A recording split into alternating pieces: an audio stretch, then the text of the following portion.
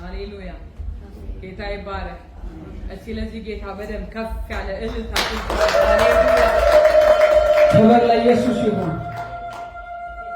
ረድቶናል፣ አግዞናል፣ ምሕረቱ በሕይወቱ አብዝቷል። አሜን። እንደተዘመረው እንደዛው ነው። ሲበረባ ለጌታ ክብር እናመጣለን። ክብር ለኢየሱስ ይሁን። ማርቲ በእውነት እግዚአብሔር ይባርክሽ። ሁሌ ስትዘምር በመንፈስ ነውና እኛንም ወደዛው ታስገባናለች። ጌታ ይባርካል። ሃሌሉያ። በሱን እግዚአብሔር ይባርከው። ፍሎሙሻን እግዚአብሔር ይባርካችሁ። ዛሬ በጣም የሚገርመው በልቤ የነበረውን የእግዚአብሔርን ቃል ፓስተር ጠዋት ላይ ደጋግመው ነበርና በእርግጥ መልእክት ነው። ክብር ለኢየሱስ ይሁን። እግዚአብሔር ልክ በአንድ ሰው ላይ ልብ ያስቀመጠውን ነገር ሌላ ሰው ልብ ላይ ካመጣው ማለት ነው በትክክል ያ ምንድነው መልእክት ነው። አንዳንድ ያልታችሁ ከሆነ ፕሮግራም የሚመራው ሰውዬ፣ የሚዘምረው ሰውዬ፣ የሚሰብከው ሰውዬ አንድ አይነት ነገር ይዞ ይመጣሉ። ምክንያቱም ከእግዚአብሔር ሲሆን ኮንፎርሜሽን እንደሱ አይነት ነገሮች ይመጣሉና እኔ ትላንትና ዛሬ አንድ ቃል ነው በልቤ ላይ ያለውና እግዚአብሔርን ፈጽሞ መከተል ምን አልኩኝ? ምን አልኩኝ? ማንን ፈጽሞ መከተል? ሃሌሉያ። ዛሬ ምሽት ፈጽሞ መከተል ይሆናል። ከሁኔታ የወጣ መከተል። አሜን። እስቲ ሁለተኛ ነገሥት እናያለን። ሁለተኛ ነገሥት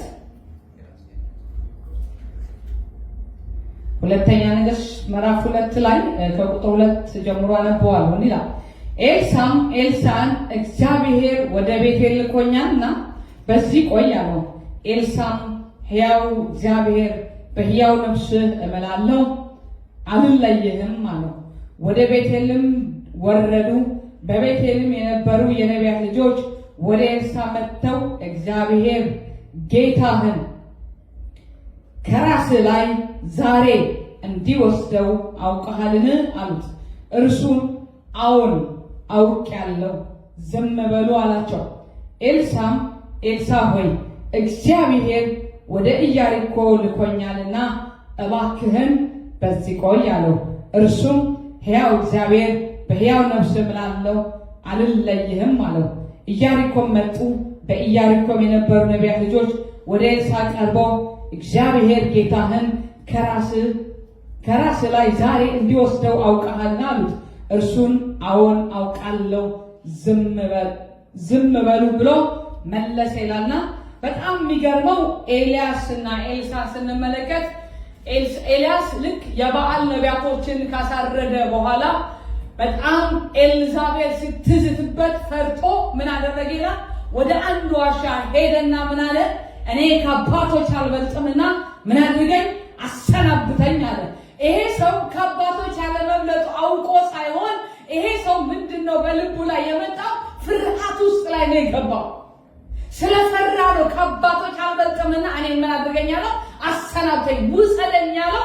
ፈርቶ እንጂ የሚሄጃው ጊዜው እንደደረሰ ተረድቶ አይደለም። አባቶች ስለሞቱም አይደለም ውሰደኝ አለው። ግን ምን አደረገው? የኤልዛቤል ዛቻ፣ የኤልዛቤል ማስፈራሪያ ምን አደረገው? አይ በቃ ውሰደኝ ብሎ በቃ ወደ እግዚአብሔር መጮህ ጀመረና እግዚአብሔር ደግሞ ምን እንደዚህ አለ? በቃ ገና ሩጫው ምንድነው? ገና ነው አለ። በአንተ የሚቀቡ ገና አሉ። አዛሄል አለ፣ ኤልሳዕ አለ፣ እዩ አለ። ስለዚህ ተነስና እንደገና ምን በልሏል? ብላ ብሎት መንገድ ሲያስጀምረው ነው የምናየው። ልክ መንገድ ያስጀምሮት ወደ አንድ መስመር ላይ ሲመጣ ኤልሳዕ የሚባል ባለሀብት ምን አልኩኝ? እስቲ ድገሙት። ሃሌሉያ። ይሄ ሰው ባለሀብት ነው። በ12 ጥማድ ምን የሚያርስ ለመብል የማይከተል ለእንጀራ የማይከተል ወደሚታየው ነገር የማይከተል ግን እግዚአብሔር ምን አድርጎት ነበር? ኤልሳዕ ላይ የሚሰራው ፕሮግራም ስለነበረው እግዚአብሔር ኤልያስን ልኮ መጎናጸፊያ ምን አለበት ይላል? ወደቀበት። ልክ መጎናጸፊያው ሲወድቅበት ምን አለው? ግድ የለህም አባትና እናቴን ስሜ ልሰናበታቸው ሲለው ምን አደረግኩ ነው ያለው። ወዳጆቼ ቅባት ሲያልፍባችሁ እንጀራችሁ አታዩም፣ ኪሳችሁ አታዩም፣ እውቀታችሁ አታዩም፣ ያስፈልጋችሁ ነገር አታዩ። መከተል ነው የሚሆንላችሁ። ይሄ ሰው ሀብታም ነው። ነብዩ ጸልዮልኝ የሆነ ነገር ይቀየራል ብሎ አይደለም፣ ወይም ደግሞ ተጨማሪ ፍለጋ አይደለም። ስለዚህ አባትና እናቴን ስሜ ልሰናበታቸው ሸኘኝ ሲለው ማለት ነው ምን አደረኩ አለውና ወዲያው ምን ያደረገ ይላል ጥማዶችን አረደ። ይሄ ምንድነው የሚባለው እርሻ የሚጠምድበትን ምን አደረገው መቀቀያ ያደረገውና ቀቀለ አበላቸው። እዛ መንደር ላይ ላለው ከዚህ በኋላ ወደ ኋላ ላልመለስ፣ ሃሌሉያ፣ ወደ ኋላ ላልመለከት፣ ወደፊት እግዚአብሔር ወዳየልኝ ነገር ሊሄድ ወስኛለሁ አይነት ይመስላል። ኤልሳ ድንገት አስቀምጦት ቢሄድ ማለት ነው ነሸጥ ሲያደርገው አይ ወዴት ልመለስ ሊል ይችላል፣ ወደ እርሻ ልመለስ ሊል ይችላል። ስለዚህ ምን አደረገው ለእርሻ የሚጠቀምበት የነበረውን እንጨቱን ሰባበረና በዛ ቀቅሎ አበላቸውና ኤልያስ ምን አደረገው ይላል ተከተለው። በጣም የሚገርመው ይሄ ሰው በጣም ባለሀብት ነው። በእስራኤል በዛን ዘመን ላይ የነበረ በ12 ጥማድ በሬ ማረስ ማለት በዛ አካባቢ ካሉ ባለሀብቶች አንዱ ነው። ግን በጣም የሚገርመው ለዚህ ለእግዚአብሔር ሰው ለኤልያስ እጅ አስታጣቢ ሆኖ የተከተለው በነብይነት አይደለም የተከተለው፣ ወይም ደግሞ ስፔሻል የሆነ ነገር አግኝቶ አይደለም የተከተለው። እንዲያውም የኤልያስ አገልጋይ ሆኖ የእሱን እጅ አስታጣቢ ሆኖ እሱን የሚንከባከብ እንደ ሞግዚት ሆኖ ምን አደረገ ተከተለው። ግን እላዩ ላይ የወደቀ መጎናጸፊያ ስለነበረ ፎከስ ያደረገው እግዚአብሔር በነካው ነገር ላይ ነበር። እግዚአብሔር በዳሰሰው ነገር ላይ ስለነበረ ልክ ኤልያስ ጊዜውን ጨርሶ ሊሄድ ሲል መንገድ ጀመሩ። መንገድ ሲጀምሩ ደግሞ ምን አሉ? የነቢያት ልጆች አገኙት ይላል። ልክ የነቢያት ልጆች ናቸው። ትንቢትን ይናገራሉ፣ መገለጥን ያውቃሉ። ግን የከበረውን ነገር የሚጠባበቁ አይነት አይደሉም። ምንም እንኳን የነቢያት ልጆች ቢሆኑ፣ ምንም መገለጥ የሚያዩ ቢሆኑ፣ ምንም ትንቢት የሚናገሩ ቢሆኑ ማለት ነው ግድ የላቸው። እንደ ኖርማል ነው ለነሱ። ለኤልሳ ግን እንደሱ አልነበረ። ስለዚህ ኤልሳ እንደዚያ ነው። የነቢያት ልጆች አገኙትና ጌታ ዛሬ ከላይ ላይ እንደሚወሰድ አውቃል ወይ ያሉት። ጌታ እኮ ዛሬ ካንተ ምን ይላል ይወሰዳል ሲሉት አውቃለሁ ዝም በል። ምክንያቱም ኤልሳ ተከትሎት የወጣው ቅባቱ እንጂ ኤልያስን አይደለም። ተከትሎት የወጣው ምን ነው? ቅባቱ ነው። ስለዚህ መንገድ ላይ እየሄዱ እያሉ ከዛ ኤልያስ ምን አለው? እኔ ኢያሪኮ ደርሼ ልመጣ ነውና መንበር እዚህ ጠብቀኝ ይላል። በሕያው ነፍስ እምልሃለሁ፣ በሕያው እግዚአብሔር እምላለሁ፣ እኔ ምን አልልህም አለኝ። ወዳጆቼ እግዚአብሔር ለገለጠላችሁ ነገር ላይ፣ እግዚአብሔር ላይ ያላችሁ ነገር ላይ በጌታ በኢየሱስ ስም አትመለሱ። አሜን፣ ሃሌሉያ። ሉቃስ 9 ላይ ምን ይላል? ሉቃስ 9:62 ላይ ማንም ይላል እርፉ በእጁ ይዞ ወደ ኋላ በሚመለከተው ለእግዚአብሔር መንግስት የተገባ አይደለም ይላል። ሉቃስ 9:62 ላይ ማንም እርፉ በእጁ ይዞ ወደ ኋላ ምን የሚል የሚመለከት ለእግዚአብሔር መንግስት የተገባ አይደለም። ወዳጆች እግዚአብሔር ላሳያችሁ ነገር፣ እግዚአብሔር ላሳያችሁ እግዚአብሔር ላሳያችሁ አገልግሎት፣ እግዚአብሔር ላሳያችሁ ህይወት ወደ ኋላ ስትመለሱ እሱ እግዚአብሔር በእናንተ ደስ አይሰኝም። ዛሬ በጌታ በኢየሱስም ወደፊት መሄድ ይሆንልን።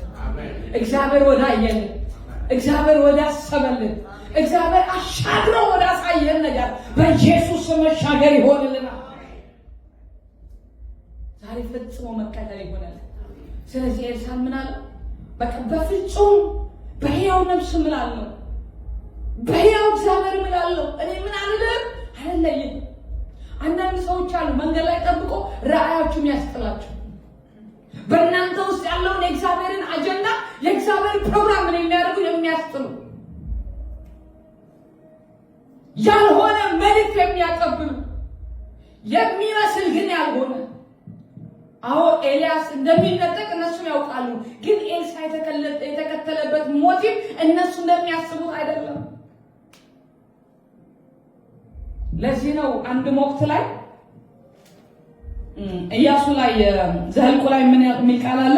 ዘኍልቍ 14:24 ላይ ባሪያዬ ካሌብ ግን ሌላ መንፈስ ከእርሱ ጋር ስላለ ፈጽሞ ስለተከተለኝ እርሱ ወደ ገባበት ምድር አገባዋለሁ፣ ዘሩም ይወርሳታል። በጣም የሚገርም ነው። ባሪያዬ ካሌብ ግን ሌላ መንፈስ ከእርሱ ጋር ስለሆነ ፈጽሞ ምን ስላለኝ? ስለተከተለኝ። ማላዳጋ ጄላባያስ ለምን እንደሆነ ታውቃላችሁ? 12 ሰላይ ሆኖ ከእስራኤል እያንዳንዱ ነገድ ምን አድርጎ ነበር? ተልኮ ነበር እንዲሰልሉ እግዚአብሔር ያያትን ምድር አወርሳቸው ያለውን ተስፋ ምድር ሊያደርሳቸው ሊያስገባቸው ምን አድርጓቸው ነበር? ልኳቸው ነበር። ግን 10 ሰዎች ወደ ቦታው ሲደርሱ፣ ወደ ከተማው ላይ ሲደርሱ በትክክል ከነዓን እግዚአብሔር እንዳላት ምድር ነች። ማርና ወተት ታፈልቃለች። ያለውን ፍሬ ሳዩ፣ ዘለላውን ሳዩ የሚገርም ነው። በእርግጥ ዘለላዋ መልካም ነው። በእርግጥ ምድሩ መልካም ነው። ግን አሉ ኒፍሊማውያን አሉ፣ አማሪቃውያን አሉ። ኒፍሊማውያን ማለት በጣም ረጃጅሞች ናቸው። በጣም ትልልቆች ናቸው። ከእስራኤል ካለው ሕዝብ መካከል በቁመትም ይሁን ፊዚካል አጠቃላይ ምንድነው በጣም ሊበሏቸው ሊውጧቸው የሚችሉበት አቅም ያላቸው ናቸው። አንዳንዶች እንደምን ይላሉ? ከተጣሉ መላእክቶችም ሊሆኑ ይችላሉ ብሎ የሚያስቡ ሰዎች አሉ። ምክንያቱም ከረጃጅምነታቸው የተነሳ በጣም አስፈሪ ከመሆናቸው የተነሳ በስጋ በትክክል የሚያስፈሩ ናቸው። እግዚአብሔር ግን ሊሰልሉ ሲልካቸው ህዝቡን ታምኖ ሳይሆን 12ቱ ጸላይን ታምኖ ሳይሆን ራሱ እግዚአብሔር በራሱ ታምኖ ነበር የላካቸው። እግዚአብሔር ቻይ እንደሆነ፣ እግዚአብሔር አድራጊ እንደሆነ፣ እግዚአብሔር እንደተናገረው እንደዛው እንደሆነ ሊያሳያቸው ነው የላከው እንጂ እግዚአብሔር እነሱ ተዋግቶ እንዲያሸንፉ አልነበረም። ሊሰልሉ ገና ሲላኩ 10 ምን ይዘው መጡ? የሚያስፈራ ወሬ። ምድሪቱ በትክክል ዘለላዋ ይሄው ነው። የሚገርም የሚበላ ነገር ያለባት ምድር ናት። ነገር ግን ያለበት አፍራሽ ማለት እነሱ ያስፈራሉ። መግባት አንችልም ብሎ ፈሩ። እግዚአብሔር ላይ መታመን አልቻሉም። በጣም የሚገርመው ግን ከዛ በፊት እግዚአብሔር ምን አድርጎላቸዋል? የኤርትራን ባህር ከፍሎ አሻግሯቸዋል። ከዛም በፊት መናና ዝንቦ አብልቷቸዋል። ከዛ በፊት አለቱን አፍልቆ ውሃ ጠጥቷቸዋል። ብዙ ተአምራት፣ ብዙ ድንቅ ነገር እግዚአብሔር በሕይወታቸው ላይ አድርጎ ነበር። ግን ምን አላቸው? ትዝ አላላቸው። ሀሳብ የሚያስቀይር ነገር መጣ። ወዳጆቼ ትላንት የረዳችሁ እግዚአብሔር ዛሬም ይረዳቸዋል። ትላንት ከእናንተ ጋር የነበረ እግዚአብሔር ዛሬም ከእናንተ ጋር ይሆናል። ከኔ ጋር ይሆናል ብለው ከእናንተ ጋር ይሆናል። ትላንትና ከረዳችሁ፣ ትላንት እግዚአብሔር አብሯችሁ ከሆነ ለዛሬም እግዚአብሔር ይታመናል። ዛሬ በሆነ ጉዳይ ላይ በጣም ፈርቼ በቃ ጥሩ ትላንትናና ዛሬ የሆነ ነገር ተቀያይሮ ነበርና በቃ ፈራው። በቃ አንዳንድ ነገሮች አስፈሩኝ፣ ማላቃቸው ነገሮችም ስለሆነና በዚህም በዛም ሳስብ በቃ አይሙሬ ብዙ ቢዚ ሆነ። ስጸልይ ራሱ የሆነ ቢዚነት ጸሎት አይነት ስሜት ነው የሚሰማኝና ልክ ቸርች መጥቼ በርከክስ አንድ ድምፅ ሰማሁኝ። ምን አለኝ? አሳፍሬሽ አውቃለሁ የሚል ድምፅ ሰማሁ። ደንግጬ እዛው ላይ ነው ነገር ጥዬው የተነሳሁት። ምክንያቱም ትናንት ካላሳፈረ እግዚአብሔር ዛሬ ማያሳፍር፣ ትናንት ከረዳ እግዚአብሔር ዛሬ የሚረዳ። ወዳጆቼ ሰዎች አጠገባችን ስላሉ አይደለም፣ ሁኔታዎች ስለተመቻቸለን አይደለም፣ ብቻው እግዚአብሔር ታምራት አለ። ለዚህ እኮ ነው ብቻውን ታምር የሚያደርግ የእስራኤል ቅዱስ የተባለበት። ያለ ማንም አጋዥ፣ ያለ ማንም ቲፎዞ፣ ማንም ሰው አጠገባችሁ ሳይኖር ብቻውን ሊሰራ የሚችል አምላክ ነው። ስለዚህ እስራኤላውያን 12 አድርገው ሲልካቸው 10 ይዞት የመጡ የስንፍና ቃል ነው። ግን ምን አድርገውት ነበር? ረስተውት ነበር ትናንት የረዳቸው። ስለዚህ እግዚአብሔር እንዳልተቃላቸው ኤዝ እስከ መቼ ነው ማያምነኛል? ለካ ያለ መታመን ይከብዳል። አስቡት ያለ